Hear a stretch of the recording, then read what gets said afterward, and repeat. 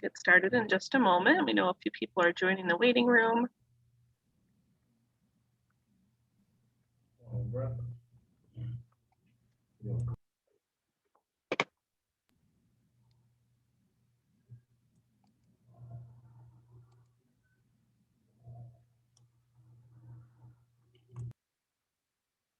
Okay, great. Welcome everybody. It is 8:30 or just after, so we are going to go ahead and get started.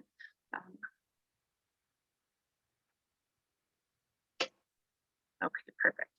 So good morning and welcome to the Rockford Area Case Management Community of Practice. My name is Billy Callahan and I am the Associate Director of NICNE, the Northern Illinois Center for Nonprofit Excellence. We also have with us Kim Clark-Reitenbach, who is in the background helping with technology this morning, NICNE's Executive Director. So if you see her, welcome her as well. We want to thank you for joining us and for the work that you do as case managers in the Rockford area, helping families and serving those in the community. Our Rockford Area Case Management Initiative Community of Practice is designed to educate you, case managers, on programs that are available in the community and how to connect the people that you serve to those programs. So today's presentation is going to focus on adult post-secondary programs. Before we get started, we do ask if you can share your camera with us, please do so. We love to see your faces in the room together, and please keep your cameras on mute during the presentation. You can share any questions that you have in the chat, and we will also have an open question and answer session at the end. Feel free to share your thoughts in the chat again, and then thank you, our esteemed panel members, for joining us this morning. It's my pleasure to introduce to you our panel moderator, Tricia D. Wagner. Tricia is the Director of Adult Education and ESL at Rock Valley College. Tricia. Good morning, everyone. I'm honored to get to serve as moderator this morning for this event. You can see on the screen the list of panelists that have joined us to describe their services and practices. I'll start by just asking each panelist to introduce yourself. First, Teresa Reeverts.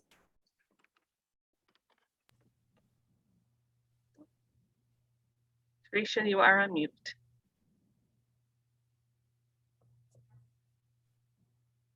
Good morning. I'm from the Rockford Rescue Mission and the Work Center. Thank you. William Chatman. Oh, my name is William Chatman. I'm the Executive Director of Comprehensive Community Solutions. We operate and run the Youth Build Rockford program. Thank you. Aida Martinez. Hi, I'm Aida Martinez from Rock Valley College, and I work with adult students wanting to come back to college. Jenny Morgan. I'm Jenny Morgan. I'm the Transitions Coordinator with Adult Education at Rock Valley College. I work with our GED completers and high-level ESL to transition to college. And I also manage a program called ICAPS, which I'm going to talk about today. It is an academic support program for certain Rock Valley College certificate programs. And Tricia Camus. Hello, my name is Tricia Camus. I am the Director of Admissions for Rasmussen University in Rockford. Awesome. Thank you so much. I'm impressed by the amount of expertise we're going to have in the room this morning. We've prepared a few questions, and what we'll do is simply go through each question in that order so that if anyone is taking notes, you'll kind of know how to anticipate how the answers will be coming. Our first question for the panelists is, why are your services critical to the community? In other words, what is your impact? So we'll start with you, Teresa. I think that our services are critical to the community because there are a lot of people who may not have had a stellar start to adult life, and they need to get back on the right path. And that's what we help them do. Also, funding is also an issue, so we help them find the funding that they need for higher education or career preparation. Great, thank you. William, what would you say? What is your impact in the community? Why are your services critical? I think our services are critical because not everyone thrives in a traditional educational environment. So our programming pretty much catches those young people, for the most part, that are not successful for whatever reason within that environment. They're able to come to our programs and work towards their high school diploma while also working towards credentialing and a career. And that's another piece that makes our programming critical, because in about a decade or few ago, we pushed real hard for 2 and 4 year degrees. And what we're learning in that huge push for 2 and 4 year degrees, that we left our trades very vulnerable to a shortage in the workforce. So making sure that we have qualified and experienced candidates to enter the different trades is also important and a niche that we feel. Thank you so much. Aida, how would you describe your impact on the community? Why are your services critical? Well, we also have an opportunity at Rock Valley to service students who want that non-traditional experience as well as that experience. So even if you're an adult now, you could still have that college experience, but you could experience it from an adult perspective, or if you want to be a full-time student, get involved in student clubs, just like students that traditionally, when they come here after high school. We offer everything from career opportunities, basically certificates that you can finish and then go straight into the workforce, or if you want to go on and get your associate's or bachelor's degree. Thank you so much. And Jenny, why would you, how would you describe your services as impactful? Why are they critical to our community? Well, the ICAPS program is geared for students that are considered at risk of maybe not being successful. There's several qualifiers, which I think we're going to talk about later, but the program provides academic support. So if they're interested in going into one of our programs that we have, welding, mechatronics, IT network technician, or pharmacy technician, they can also get that extra academic support. We have a separate class that addresses not only the stuff that they're covering in the career tech class, but also how to take notes, how to be a successful college student, how to navigate our learning management system, how to advocate for themselves, a lot of employability skills too. We work on resumes. So all of these things we're trying to not just do academics, but build in other services. I help them with the whole transition into college. So it's a very supportive environment. And I think that it's really important for the student because it's giving them training in a high demand career that's going to lead to employment. And it's also in areas that the community needs. So it's impactful for the community as well. Thank you so much. And Tricia, what is your impact for the community? Why are your services critical? If we look at the last Rockford census data, it shows that 83.8% of the population has a high school diploma or higher, but only 22% with a bachelor's degree or higher. So we really are focused on providing students with degree programs that lead to careers with great projected job growth. And we are continually updating our curriculum with industry experts to really make sure that upon graduation, our students are job ready. And that's something that area employers have really commended us on. And our laddered curriculum really allows graduates to start in a shorter, maybe certificate program, get their feet wet, get some confidence, and maybe land that job and grow. And so if they want to continue on, they can seamlessly do that if they choose to move on to an associate's or a bachelor's or even a master's degree.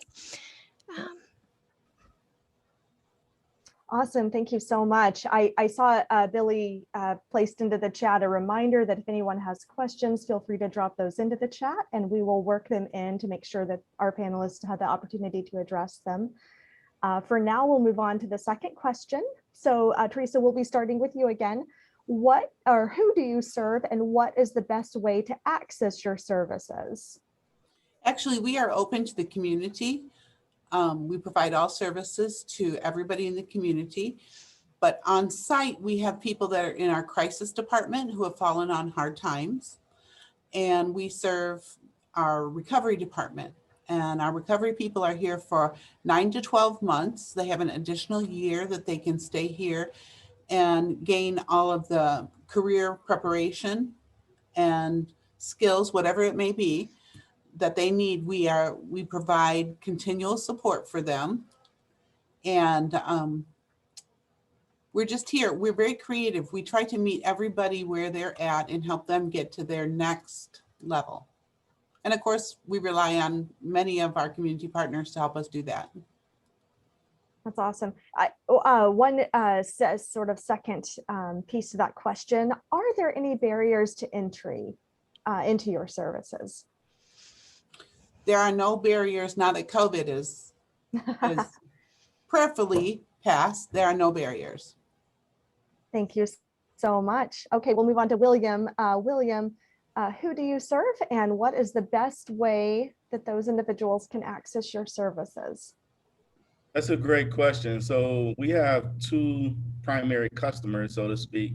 One would be the young people that we service ages 16 to 24. And those are young people who are typically without a high school diploma, who have either dropped out, on the verge of dropping out, or credit deficient, looking for training skills, and so forth.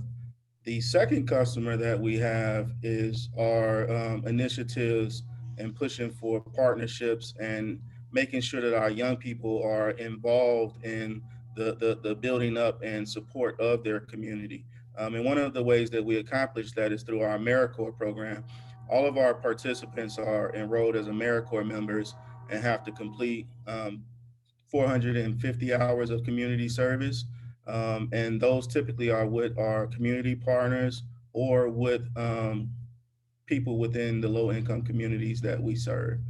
So typically speaking, a community partner may need help with a project that they're working on. Our young people can come and give that extra set of hands.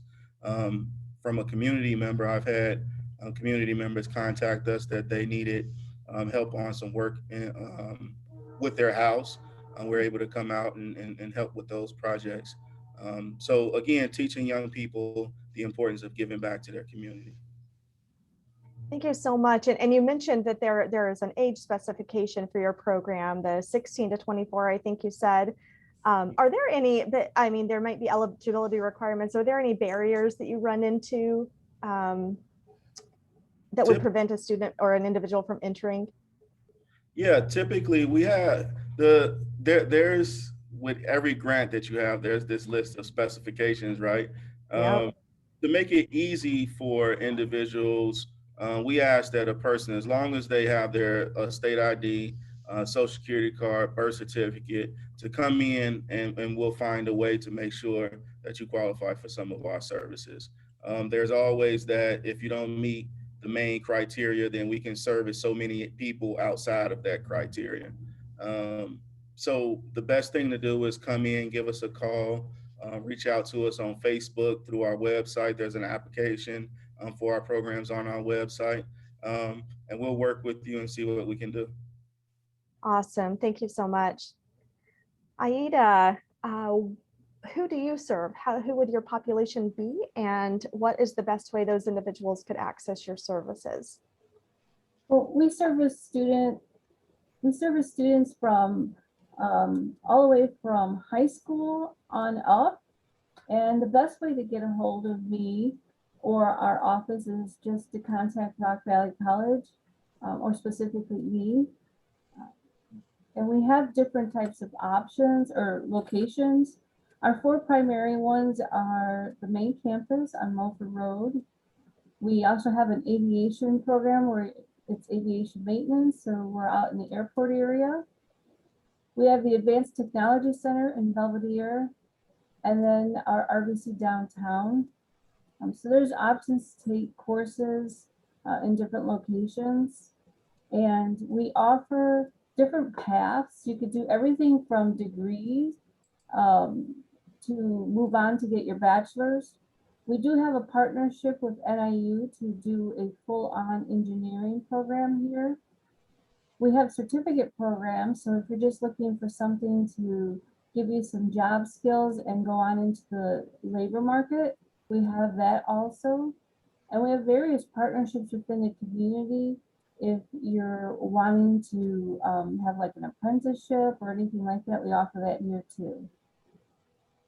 Thank you so much. And are there any barriers to entry? Is there anything that students need to take care of before they're ready, or anything that you often see students running into that would prevent them from enrolling or being successful? I think the number one thing is a lot of students don't get their FAFSA completed, financial aid, early enough. They wait until the last minute, but the longer you wait, if you qualify for any of the grant money or the free money, you may not have the opportunity to get that, or classes will start sooner and you'll have to do a payment plan and put down some money to pay for classes. So it's always really good, even if you don't know if you're going to come here or not, to just get your FAFSA completed. Thank you so much. And just a question that I have that I think participants may have, is there a deadline for completing the FAFSA for fall classes right now? Typically, there really isn't. I mean, you could fill it out all the way up until before classes start, but it takes like a few days to a week or longer to get the information from the government back. So the safe bet is October 1st of every year. That's when the new FAFSA for the next academic year comes out, to get it done sooner, better than later. So as early as October 1st for the next opportunity you'd like to participate in. Yes. Thank you so much. We'll move on to Jenny. Jenny, who do you serve and what is the best way they can access your services? Okay, we are really looking for anybody that needs academic help and wants that help and is looking for those specific certificate programs that we support. But our target population is English language learners, the adult ed population, perhaps they just earned a GED. They would be eligible or pursuing a GED.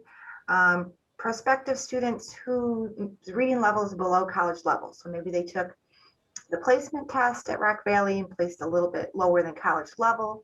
They would be demonstrating that they are lower in basic skills. So they would qualify. Students that have attempted college before and been unsuccessful for whatever reason. I mean, even if it's not an academic reason, but some kind of family reason or whatever, they are demonstrating they need extra support.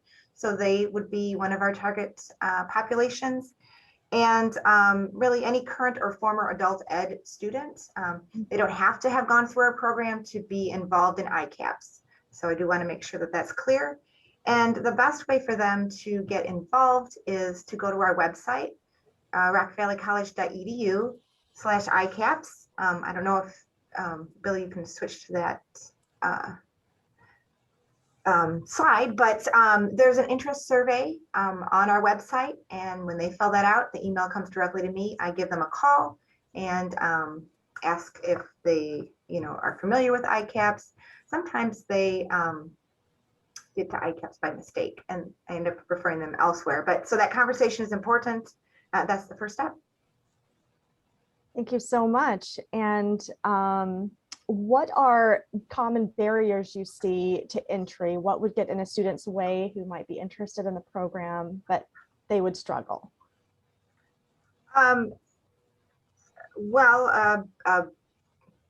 Follow through. We have a lot of students that initially say they're interested, but then have difficulty following through. But also the question of like who maybe we can't serve. Every once in a while we have somebody contact me that is way overqualified, maybe they already have a college degree and they just want to switch, that degree in English isn't helping them and they want to do mechatronics or something like that. They've demonstrated they don't need academic support. So in those cases, I usually would just refer them to IATA for regular Rock Valley admission, because the difference between ICAPS and a regular college certificate program is that academic support, the transition support that we provide. So if a student has demonstrated that they've successfully completed college in the past, they would likely be successful again. So then probably would not qualify for ICAPS, but really anybody else can definitely fill out the survey. Thank you so much. And we'll move on to Tricia.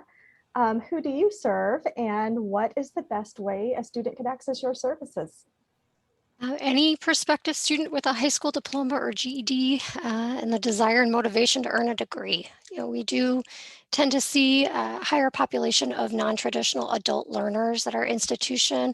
Many of our students have some college credit or college experience, but they haven't yet earned a credential, didn't quite find success in their prior experiences. And really, I mean, the best approach is just to go on our website or give us a call directly. We're really there to that initial conversation, make them feel welcome and comfortable and really just understand who they are and where they're coming from and what they're trying to accomplish so that we can hone in and see if we have a good fit or not for them. Okay. And what are barriers that you might see that would prevent entry? We do sometimes get students who haven't yet completed a GED, and so we're referring them out for services. We do have a placement exam, and so there isn't necessarily, it tests in English and math. For English, there is a requirement to score 18 out of 40 questions correct in order to move forward. And so sometimes students are unsuccessful with that. We do let them reattempt that, but there is a time frame of waiting. We want them to try to do some studying and hone those skills a little bit before they attempt it again. And that's for the majority of our programs. We do have 2 programs that do require a different entrance exam. So for nursing and for surgical technology, we require the ATITs exam at specific scores for each program. And so we do see some students get sort of hung up on that sometimes. If their score is high enough, we do give them the ability to enroll and work on some general education courses that could help with their T-score to make sure that they're going to be academically successful for the rigor of those programs first. Thank you so much. We'll move on to our next set of questions unless, Billy, is there anything you wanted to jump in and say, or is there any question in the chat that you wanted to point out? No questions yet. Okay. I noticed that you put in a very nice description of the FAFSA and some of the details there. So our participants can look into the chat to read that little bit of extra information on the FAFSA. Well, moving right along to our next question, we'll start with Teresa again. So of course, all of us have the shared objective to make referrals as smooth and efficient as possible. And so one great question is how can we make that happen? How can the case managers in our area connect the participants to you? What's the best way that they can enter people into your program? Email us or give us a call and ask for the work center. You see the number printed there.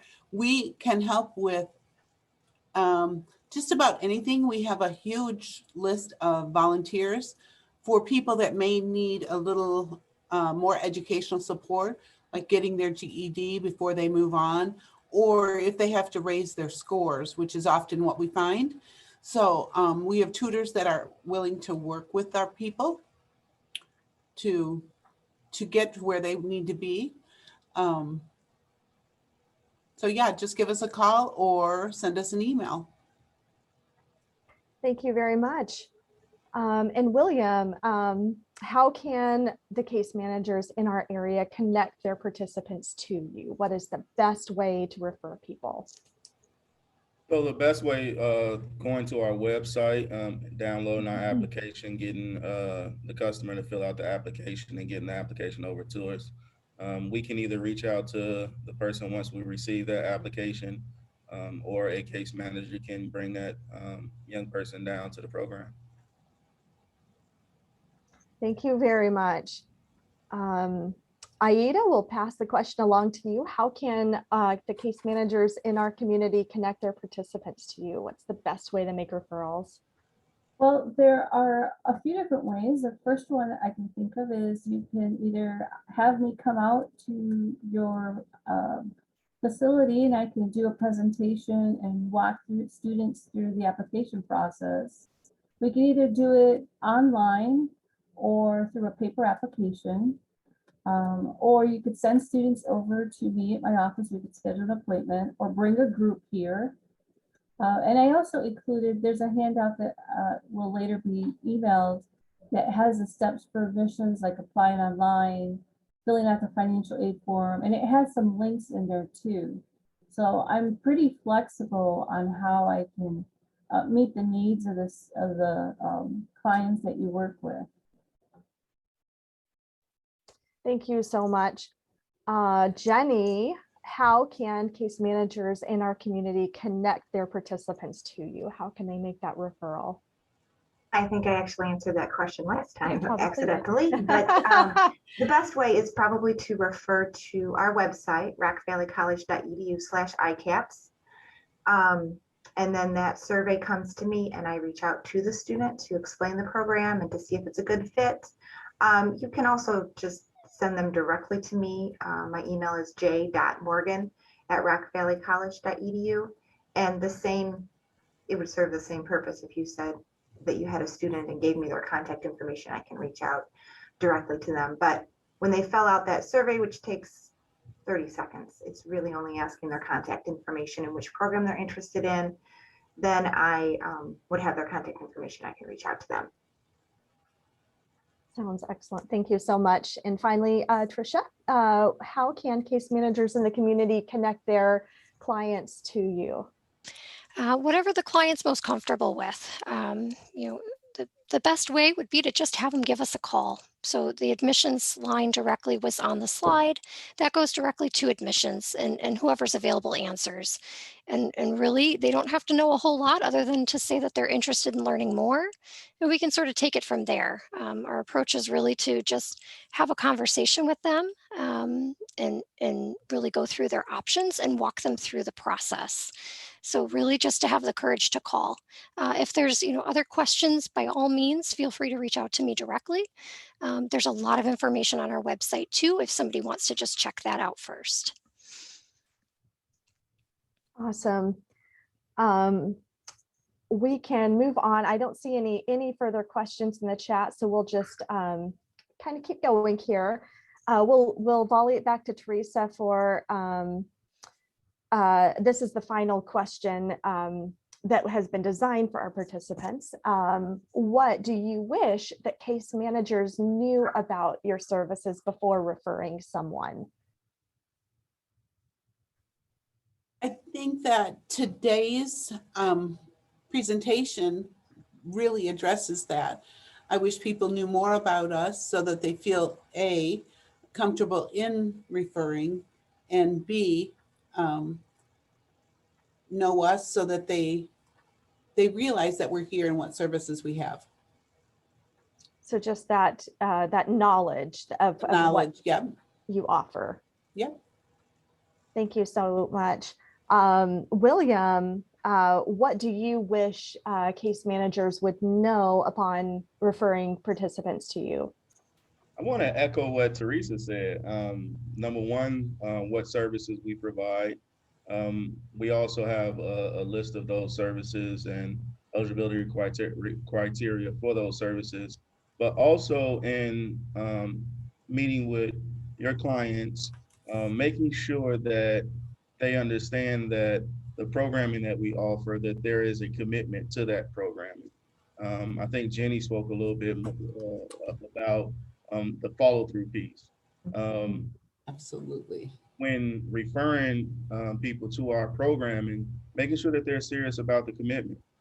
Because there is a commitment, there is a time commitment, and we're not going to do the work for them. We talk to our clients about the importance of partnership when they're going through the interview process of our programming, and the stresses that we're not asking for 50-50 partnerships. We're asking for you to bring 100% to the table because you're going to ask 100% of us when we show up to work every day. So we're asking 100% from you when you show up to programming every day. So if that knowledge was there, and hopefully we can continue to create partnerships that our customers thrive from. Thank you so much. Aida, what do you wish that case managers referring their participants to you might know before doing so? I think the number one thing would be that this isn't just a place for young people, it's for everybody. And that adult students or your more mature students can feel very comfortable here. We have a lot of non-traditional students here, and it's an opportunity to, life happens. If you need to start all over, Rock Valley College can be that place where you just start all over and move forward on with life. Thank you so much. Jenny, is there anything that you wish that case managers would could be aware of as they refer or before they refer a participant to you? Yes. So the first thing is that we, what our purpose is, that we're here for the student, and that we, a lot of people have never heard of ICAPS. So having this opportunity to talk about it in this format is really a privilege. One thing that I would like people to know is that we can't write a check for tuition and fees. So that's a little bit unlike some other programs. So I work with students to find that funding. Most of our students do get funding. They're eligible for the Pell Grant or WIOA. I work really hard to make sure that happens, but sometimes they may not be eligible. They can still self-pay, set up a payment plan and that sort of thing. But there is a little bit of confusion there in that we provide books and materials, but the actual tuition, I'm working hard to find a way to help the students with that. But we do provide the textbooks, we provide materials. So for our welders, there's a kit that we provide that's valued at about $200, their helmet and their gloves and the jacket and all the tools. So that is definitely a benefit to them. And then there's a little bit of confusion between the Workforce Equity Initiative or the WAY grant that Rock Valley has and our program, because they came out at kind of the same time. We serve a lot of the same populations, different certificate programs, but similar, but it is different. So I do want people to be aware of that. And students can pursue any of these certificates without ICAPS support. So the benefit of the ICAPS program is that I help them with the transition. I help them to find funding. We provide that academic support, but we do want students that are committed. So if they don't want to come to an extra class, then ICAPS probably isn't for them, because that's the heart of the program. But I always make it clear that you can still do mechatronics even if you don't want to do the mechatronics ICAPS. So that can be a little bit confusing to people. And then the final thing that I wanted to say is that it really does make a difference in our students, in their lives. Since we have time, I was going to share just a couple of stories about our students. We had one student that, older student, probably, mid-30s, had attempted college 3 times and been unsuccessful for various reasons. And he came back, he was motivated, he participated in ICAPS, and he got his Fundamental of Mechatronics certificate in December, and really got excited about the graphics, decided he was going to go on to manufacturing engineering technology degree. So he's pursuing the degree now. but he has that certificate in his pocket and he is working. He got all A's and a B in this class and in his classes in the middle of a pandemic. So just really amazing to see how that turned around for him. And then another student that we had, he was a refugee from the Congo, moved to the United States several years ago, was in our ESL classes, and heard about our program when I came to the class and did a presentation. So he decided he wanted to do welding and better himself, because he's working third shift cleaning in a food facility. And but he's just had one obstacle after another, and really persevered. And the English language barrier did cause some difficulty in one of his classes, but he was able to retake it and pass with a B. So a lot of advocating on his behalf, because financial aid had initially been denied for that class, and we appealed it, and just provided lots of support for him. His company had been shut down for a while because of COVID, so I was able to get additional funding through the CARES Act scholarship. And just he's got 2 more classes to go in the fall, and then he will have his certificate. So we're going to start looking for a welding job for him in the fall. That's so exciting. Yeah, that's just wonderful. And I'm sure that we all have success stories of individuals that are just blowing our mind with how successful they can be and how far they can go. I know that the programs that you all offer can really be interventions that can change someone's life and really improve things for them. What I'm kind of hearing sort of in summary is that if there's an individual out in the community that has one of these goals, you guys really have the roadmap to get them there. So it's a matter of just connecting them with you. And yep, and I see that Teresa would like to add a few things, which is perfectly great. And then we had a question from Billy about the WAY grant, which Aida and Jenny and myself, we can all work to answer that one. So why don't we have Teresa add her piece first, and then we'll answer Billy's question. Okay, one thing that I wanted to talk about is we do have a GED testing center and certification testing center here. It's through Pearson VUE. So a lot of people who are looking for those certifications can test on site here. So one thing for a person who is at a deficit, if they come to us for tutoring and whatnot, they feel very comfortable also testing here. So that is really great. We also have some classes to prepare people. It's called Back to Works. And that really gives them the basics for people who are at more of a deficit. But our end goal is always career development, not just a job. How about that?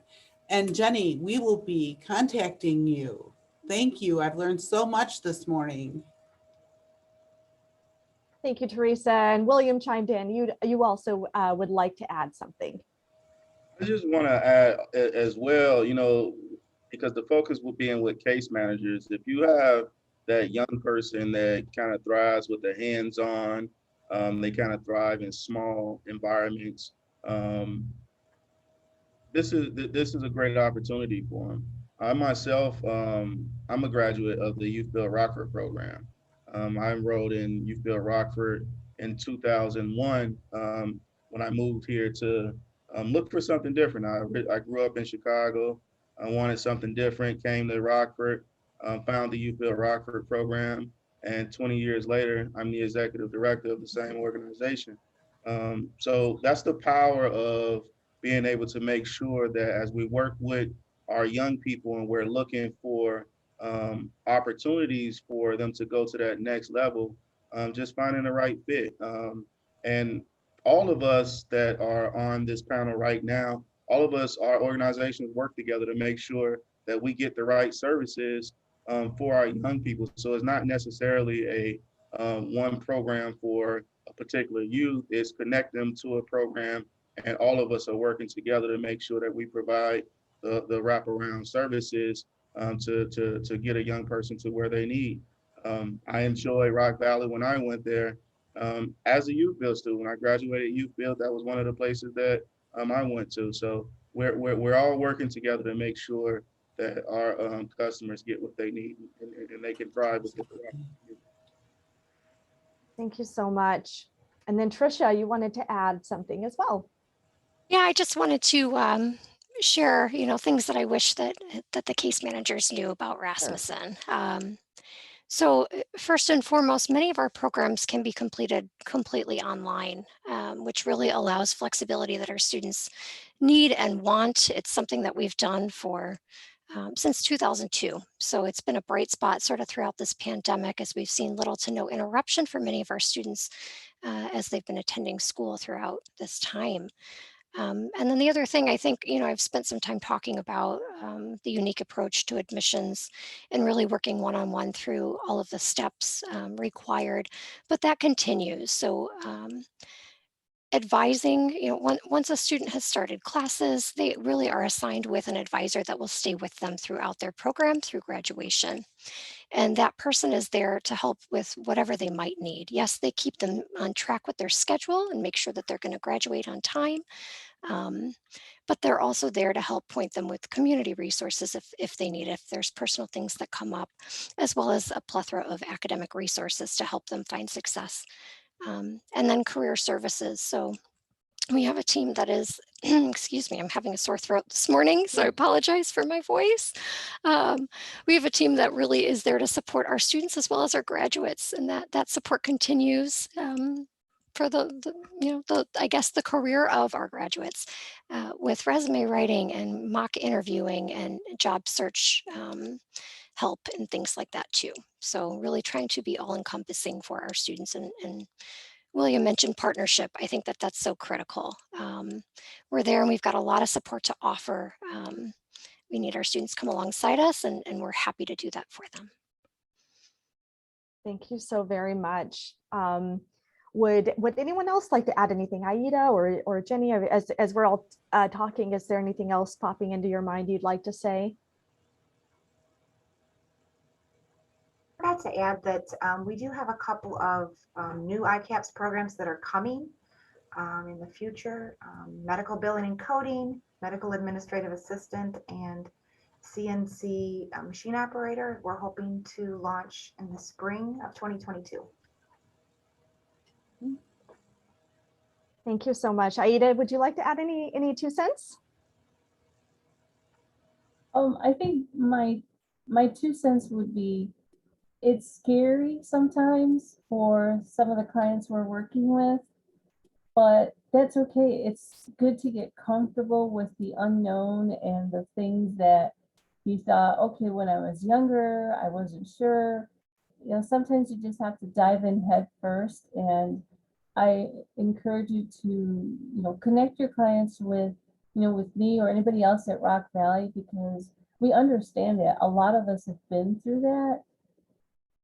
So I guess I really like motivating students to realize, regardless of their age, that anything is possible. It isn't about like, am I going to be a failure? It's going to be more of, I'm going to be a success, and life happens sometimes, and that's okay.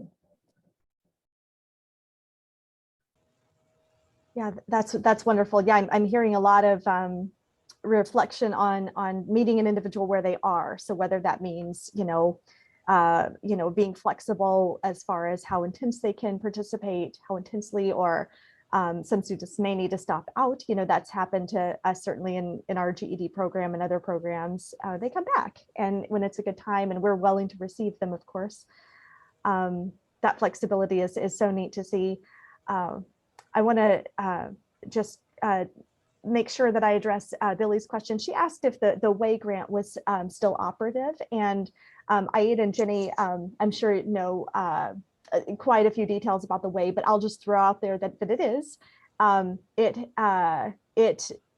WAY stands for Workforce Equity Initiative, and they aim to serve approximately 150 individuals with a focus of improving workforce equity in at-risk communities.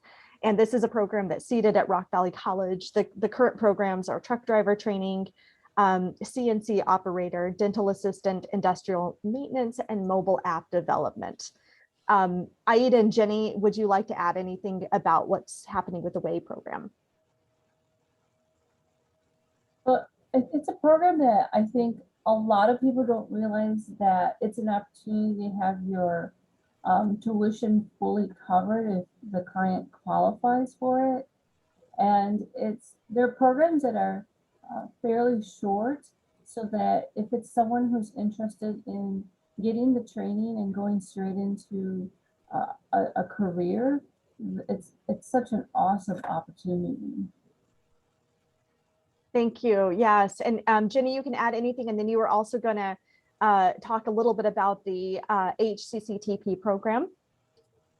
Yes, well, the WAY grant, they also have life coaches, so they have somebody there to kind of support and help with finding employment afterwards.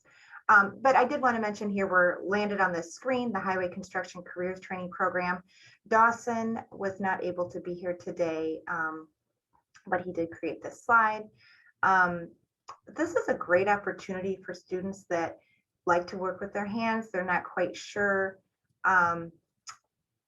which trade they want to go into. It gives the introduction to a lot of the trades. It's a focus on highway construction, but there's also introduction to electrical work and plumbing and a little bit of welding, and they get an OSHA 10, I think, certificate, and it's free to the participants, but it is a selective process, and they are having information meetings next week, I think. I mean, if you know of somebody that might be interested in this, they need to jump on it right away, because it's only offered twice a year in the August and in the spring, probably January. But this one, they do have to go to a mandatory information session. They have to do testing. They must have a high school diploma or GED. So if they don't have the person you're working with doesn't have a high school diploma or GED, then, maybe Youth Build would be a great opportunity, because it's kind of similar in the construction. But this is a great opportunity. And I tell our adult ed students when I'm talking to them, I don't just go in and talk about ICAPS. I talk about all the programs that Rock Valley has, and other programs too, because I work to figure out what's best for that individual student. So, if you know of anybody that's interested in HCCTP, now is the time to act on it. Oh, there's the next slide that talks about it.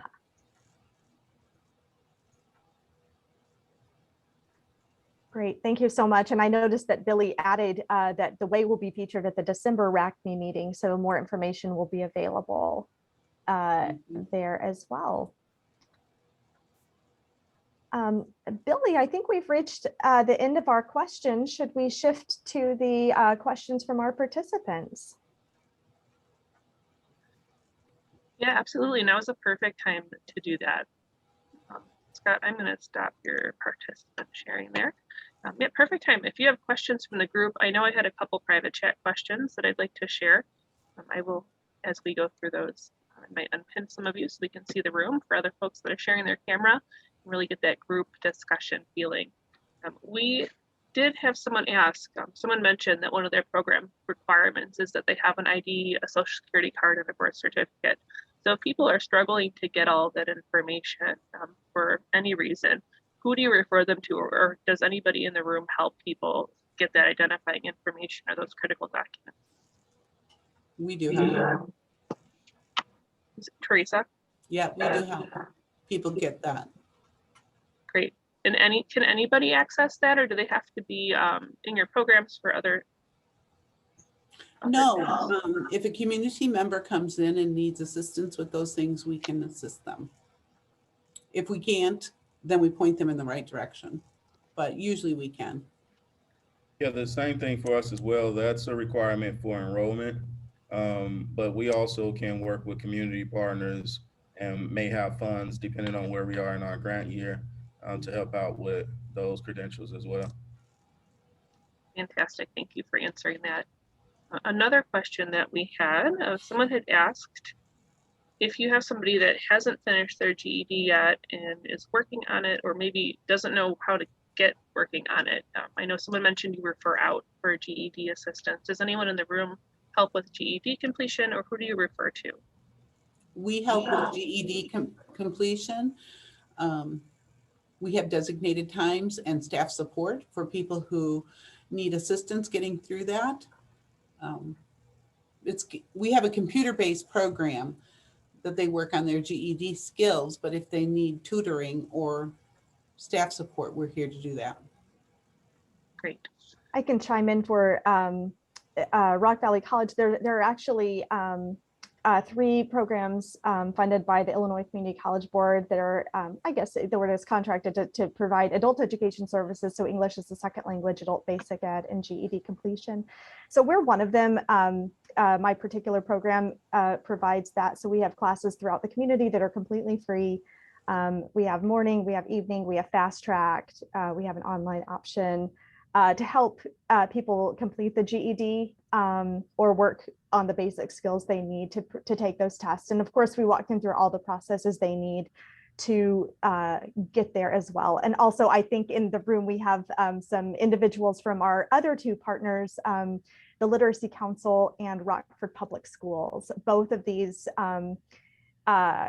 programs offer adult basic education and GED preparation. So between Teresa's program and these 3, hopefully we can get individuals ready to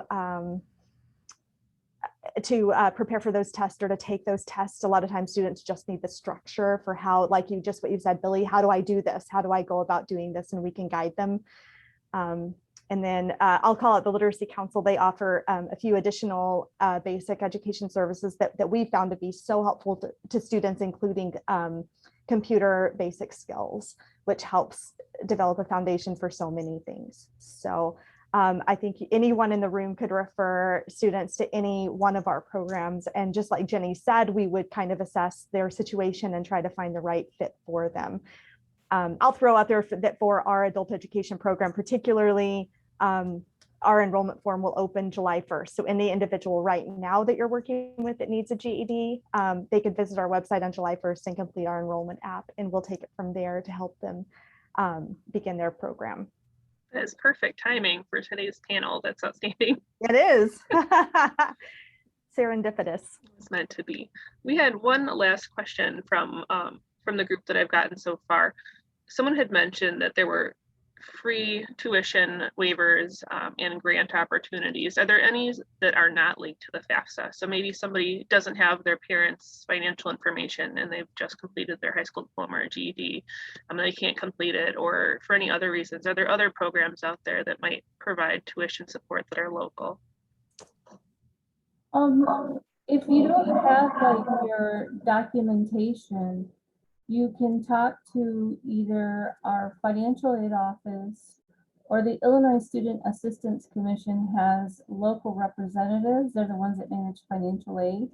And there are alternative ways to get at the financial information, including if the student is undocumented or has had prior criminal background or anything like that. So they're going to be a really good resource to see what other resources are there to assist the student with that FAFSA. And let's say that they decide not to do that route, they can also go through, I believe it's called College Greenlight, and it's a site that helps create a profile for the student and find different types of scholarships or assistance. For example, there are a lot of people assume, oh, I can't get a scholarship because I didn't do very well in school and I don't have very good grades. But there are some scholarships that are not grade-based. They could be either need-based or based on who you are as a person. And some of them are just fun. And when I say fun, for example, there is a scholarship out there called the Make Me Laugh Scholarship. You just have to write an essay that's funny for the evaluators, and that's it. Or let's say you're into horror movies. There is another scholarship called the Zombie Apocalypse.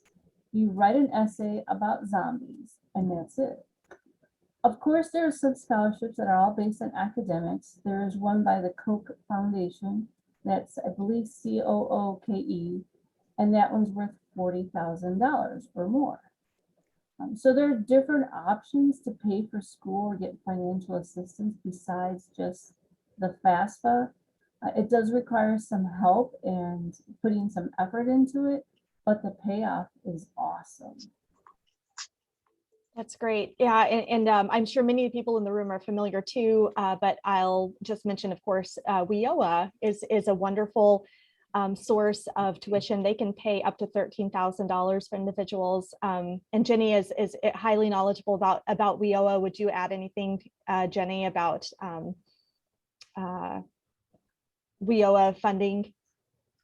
Yeah, I would say that I've worked with a couple of students because of our ESL population that were not eligible for FAFSA because they had a bachelor's from their home country, but were eligible for WIOA. So this great opportunity. I also wanted to add that for DACA students, there's an alternative application through ISAC that they can apply for states aid even if they are not eligible for federal financial aid if they are considered a DACA student. Yeah, that's great. Definitely a wonderful resource. And workforce, the workforce resources in our area, of course, can be found online as well through the Workforce Connection, if anyone has questions. There's a question about when the Advanced Technology Center in Belvedere is open. Aida, you may have some details on this. I'm just pulled up on the website. I feel like that there was a June date that was going to be hopefully some construction would be about, move to a particular point, but it isn't, I don't believe that it's up and running yet.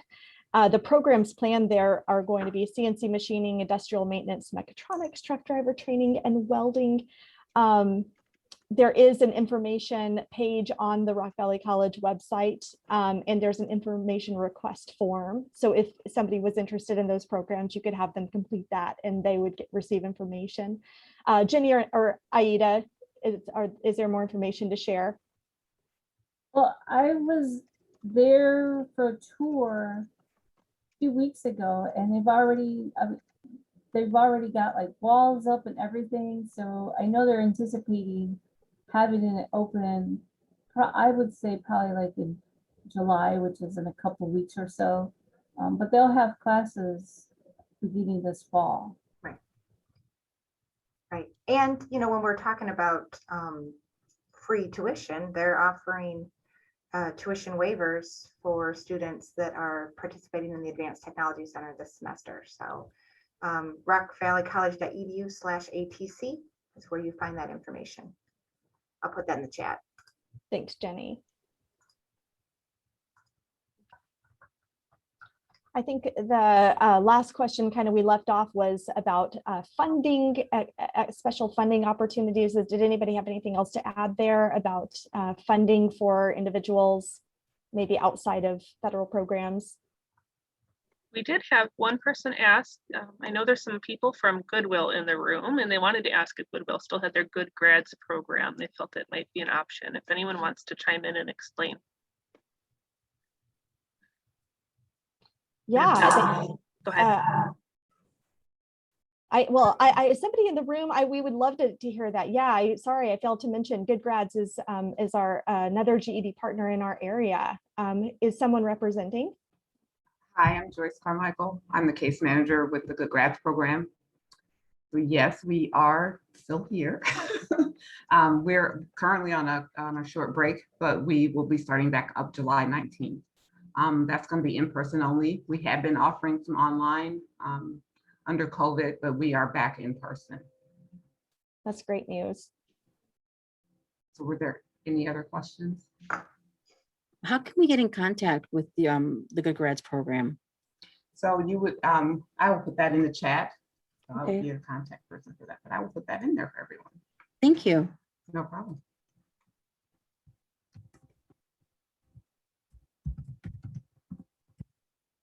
know we have representation from the Literacy Council in the room this morning as well. So if anybody has, if Deb or anyone else would like to share information that feels pertinent to people that might use the programs in the panel, please feel free to do that.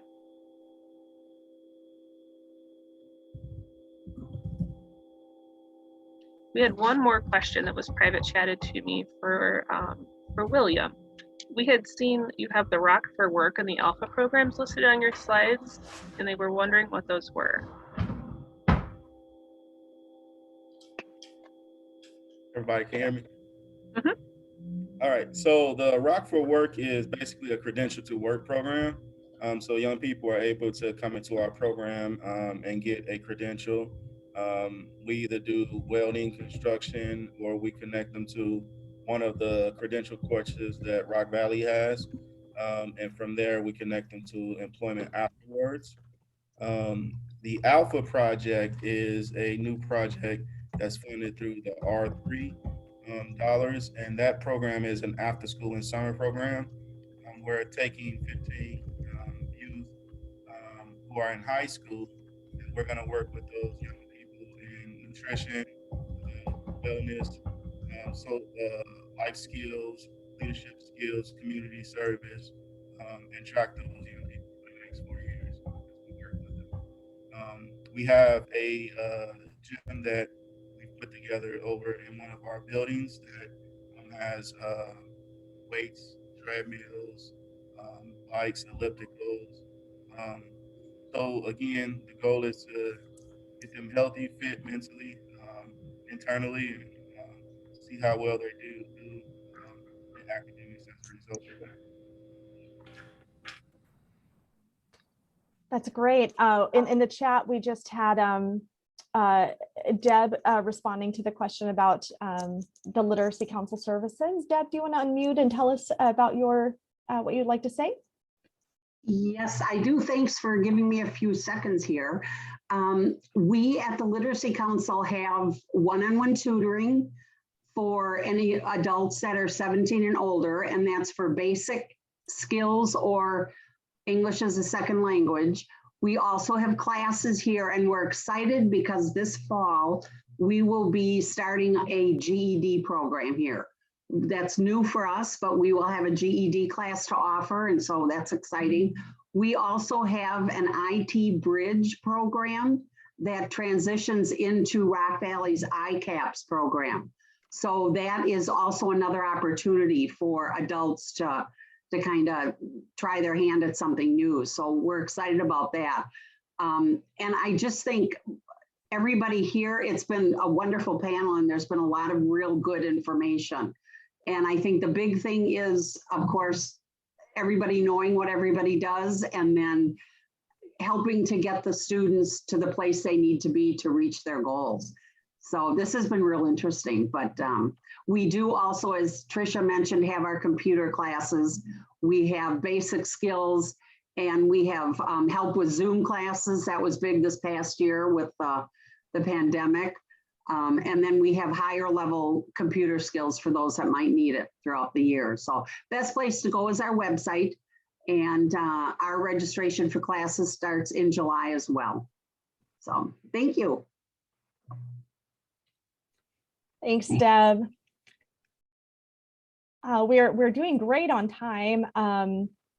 We'll keep watching for questions from participants, but I'd like to ask the panelists each if you want to think about any critical takeaway that you'd want case managers to step out of the room having. Is there anything that you would like to say or add? You know, if they could hear one thing from you, what would that be? And we can start with anyone. It's an impromptu question, so I don't want to assume anyone is ready.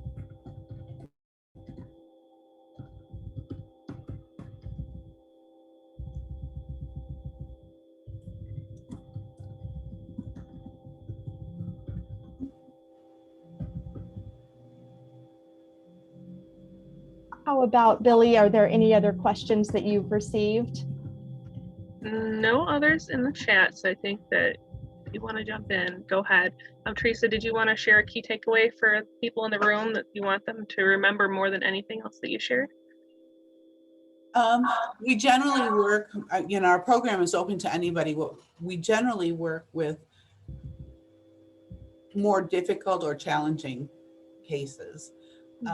We've often had very low reading levels that we've helped get up to the place where they can't even take a GED. It takes a long time. But I think that's what I really appreciate about our program, is that we meet people where they are at and design a program for them. We will also be offering a designated class for GED prep starting in the fall. So just 2 things. That's great. How do people sign up for that, Teresa? They just call you, Just get in give us touch a with call and come in. you. All right. Any other single takeaways, William or Tricia, Aida or Jenny? I don't know that I have anything else. We're happy to help, and we're here to support. So give us a call if you've got any additional questions. Great, thank you so much. I feel like we've tapped the room for knowledge, so that's fantastic. If we've learned everything you could possibly share. Right. So we can transition then, if that's fine. If you again have any more questions, feel free to drop them in the chat. Again, thank you, Tricia, for leading the panel discussion. This was fantastic this morning. I know I always learn a lot. I know we got some great comments from the room, and I feel like we have some shared sentiments there. And thank you, panelists, for joining us. And for those who chimed into the conversation to share how your programs tie into the subject this morning. So I will share a little bit more information. I'm going to share my screen again. So those who could not be here today, but we shared information with us, we do have some information from Project First Rate on their apprenticeship opportunities that we'll share. They just recently revamped their website, and they've added a guide on apprenticeships and how to choose a career if you're going into the trades. So I will share that in an email. We also have information that we can share from the Workforce Connection and some of the things that were mentioned today. I did drop a job fair in the chat they have coming up next week, I believe. You can find on Facebook for careers with an aerospace company. So there's a lot of interesting things out there as Rockford's industry is growing. And we have information from ComEd. They have a green energy career initiative. So they have several career opportunities in wind and solar and just working with electricity in general. That is not obviously my forte, because I'm not sure what the name of that is. It's not an electrician, but I can share that information with you as well. I have some flyers from their programs. And with the slideshow that I'm going to share out with the session recording, you're also going to get some of the information from the programs that weren't here. There's some extra slides at the end that talk about those, so you'll have more details. And then I'll send the recording a session evaluation out as well. So additional training opportunities. As part of the Rockford Area Case Management Initiative, you may know, but I will share, we have a semi-annual case manager skills training that we offer in May and November each year. Those are core case manager skills. It's participant focused, empowerment-based case management. Some of you may have attended. It's great for a refresher or for new case managers. It's only $20 a person or $25 for general admission if you're not a NICNE member organization. We also have module training. So if you are working on how to manage conflict, how to share information, maybe you want to share personal information to relate to a case manager participant, one of your program participants, but you want to do that effectively and not overshare. You can learn how to do that. If you want to learn how to effectively manage timer or do case notes, we have very reasonably cost sessions. It's only $100 per module, and we often have organizations that will group together and pay for 1 or 2 modules and then split that across both organizations. So we try to make it as affordable as we can. If you'd like more information on that, please do reach out to me. And the last thing I'll share is our next community of practice events. So on September 15th, we're going to have a panel discussion on reentry services. So look for more information on that. I should have the Eventbrite live in the next 4 weeks or so as we pull that panel together. And then in December, on December 15th, we have addiction and recovery services will be the panel discussion. So for more information on that, and again, please email me with any questions. So thanks so much. I'll share all the resources in the chat as well with you in that email, and we thank you for joining us. All right. Bye, everybody. Have a great day. Thank you so much. Bye-bye. Thank you. Bye. Thank you.